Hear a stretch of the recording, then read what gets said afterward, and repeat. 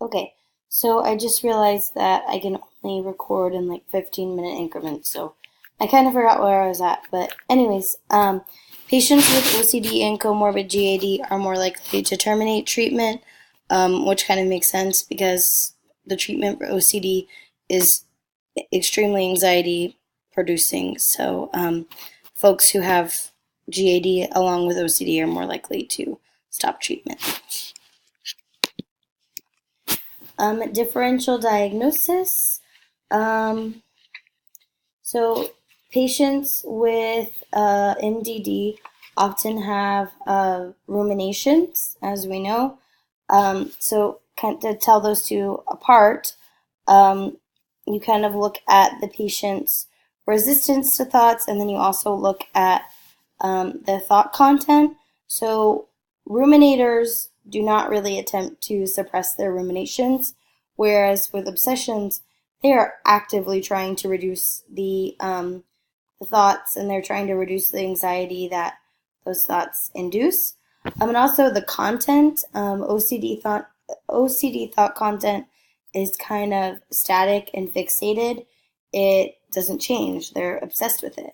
Whereas in depressive ruminations, they're kind of pessimistic ideas about the self, the world, and this content kind of shifts.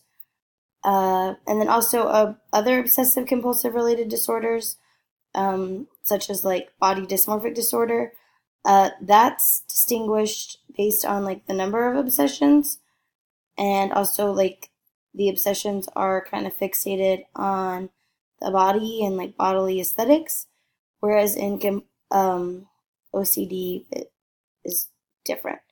Um, Also, in trichotillomania, sorry, I have a hard time saying that word, compulsive behavior is limited to hair pulling. So it's similar in nature, but in trichotillomania, it's just hair pulling. So in anxiety disorders, there's excessive worries present in GAD, but these things are typically about like real life circumstances and are experienced as the individual as appropriate and necessary. People with GAD very much view their anxiety as kind of protective in a way, and this is called ego syntonic. Um, so in OCD, these obsessions are ego dystonic. They're viewed as extremely inappropriate to the individual. As I said, they are actively trying to reduce these thoughts, so we refer to this as ego dystonic. When distinguishing between obsessions and worries, like that's the most relevant when there are no compulsions present. So if an individual is engaging in like compulsive like behaviors, then you like should immediately be considering OCD as a potential diagnosis, because pure obsessionals that only comprises 2% of those with OCD. So other compulsive like behaviors are things like paraphilias, gambling, and substance use. These are like sometimes described as being compulsive, like the individual can't control them, but control these behaviors.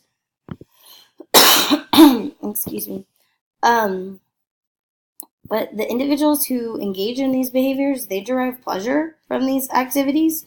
So that's different from OCD, where they don't really want to like they're engaging in these behaviors because it reduces their anxiety, not because they like derive pleasure from it, not because they actually enjoy it. They're just doing it to reduce that their level of anxiety. So a little bit about the etiology.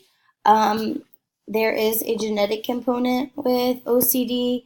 If you have a first degree relative with OCD, um, you are, at an increased risk, and that risk is increased tenfold if your relative's symptoms occur during childhood or adolescence. Um, then, like as I mentioned, there is a physiological component. Dysfunction in the orbital frontal cortex, anterior cingulate cortex, and striatum have been most strongly implicated. So you might hear those structures referred to as basal ganglia structures. Hypoactivity in this area, so reduced activity, is whether that's like related to like TBI or epilepsy or like a tumor. This leads to kind of a coarsening of social consciousness and behaviors. So behaviors kind of become unpleasant or vulgar. Both the striatal and the frontal brain areas are richly supplied with serotonergic neurons, so serotonin, and this will kind of make more sense when we talk about treatment because SSRIs are a common treatment option for individuals with OCD. Also, there are cognitive and behavioral models that account for the etiology of OCD. So there's kind of like a two-stage theory of the acquisition. So like in the first stage, a neutral event becomes associated with fear by being paired with a stimulus that by its nature provokes discomfort and anxiety.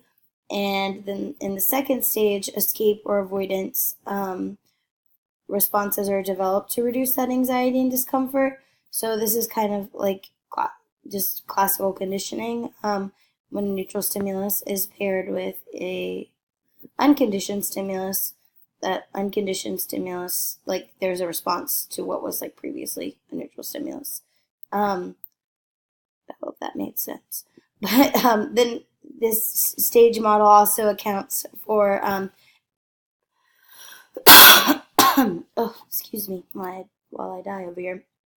But this behavioral model also accounts for how OCD-like behaviors are maintained, because this is kind of like operant conditioning. So when an individual engages in a compulsion and that anxiety is reduced, that's essentially negative reinforcement. So the aversive stimuli, which is the anxiety from the compulsions or the disorders, is reduced by the compulsions. So what do you think they're going to keep doing? That's going to increase the likelihood that they engage in this behavior again. So I hope my explanation of this behavioral model was sufficient. So interviews that can be used with people you suspect have OCD. So during the initial assessment, the use of like these psychometrically valid clinician rated measures is recommended just for like purposes of sorry, I lost my train of thought. Differential diagnosis. However, unstructured interviews are typically the most common in clinical practice, but structured interviews you can use include the ADIS and SCID, which we've seen in class, and also there is a semi-structured interview that can be used with the Family Accommodation Scale for OCD, and we'll talk more about this later when we talk about some like considerations for assessment. So some of the so how you would use these is you would kind of integrate them into reports from multiple informants. So you wouldn't just use the interview, you would consider like the patient's experience, but also you would use what's called collaterals. So you would gather information from like family members or spouses or, domestic partners, whatever. So some of the pros of using the standardized or semi-structured interviews, they have psychometric superiority, obviously, higher validity, less subjectivity, and are more comprehensive. So you can kind of ensure that you won't miss anything in terms of like symptom checklists. And then when, as I mentioned earlier, when differential diagnoses are concerned, it can assist, these instruments can assist with diagnostic clarification, not instruments, interviews. So there are some cons. These interviews typically increase patient and clinician burden because they require 1 to 3 hours to administer, depending on like diagnostic questions and categories. So when evaluating these, which one am I at? The ADIS has pretty adequate inter-rater agreement, internal consistency and validity, and it was, oh, I don't think I'm on the right page here. Okay, no. Yeah, so it does have strong psychometric properties, excellent discrimination among anxiety disorders, and it can produce an OCD diagnosis. But some of the shortcomings of the ADIS are that it is kind of limited in focus, and it doesn't really account for non-anxiety disorders such as psychosis, which may potentially be considered as a differential diagnosis when looking at OCD. The SCID also has good psychometric properties, but some of the criticism that I came across when reading about this is that it doesn't always produce like meaningful information specific to OCD, so I suppose some clinicians find it very surface level. The Family Accommodation Scale for Obsessive Compulsive Disorder is a clinician-administered semi-structured interview, so it is similar in format to another assessment that we're going to be talking about. It shows strong internal consistency and inter-rater reliability, meaning that it's kind of measuring what it's supposed to be measuring, but it's also reliable across different clinicians. There's a patient version, which the adult can complete, but there's also a self-report version, which is for the adult patient's family members to complete. So I will provide copies of this, or like a file of this for you, but remember, if you ever use this, be careful to administer the right one to the right group of people. Now I'm going to talk more about assessments that can be used. So kind of the dimensions that I'm evaluating these assessments on are their sensitivity to treatment. So a lot of these are used to evaluate, or they're used as kind of like an indicator of efficacy. So we're kind of looking at how well that instrument does that. And then you're also looking at internal consistency. So are the items on the same subscale correlated with one another? So if these items are like proposing to measure the same general construct, are they doing that? Are they producing similar scores? Also, inter-rater reliability is very important. So is the score for one individual consistent between two different raters or clinicians? Also, retest reliability. So is it reliable if I give it over like a 2-week interval? So if I give it this week, will the individual score similarly the next week? But if we're administering treatment, hopefully not. Convergent validity is also kind of a criteria that we're looking at when we're thinking of these assessment instruments. And convergent validity is kind of the degree to which two measures or constructs that theoretically should be related are in fact related. So if the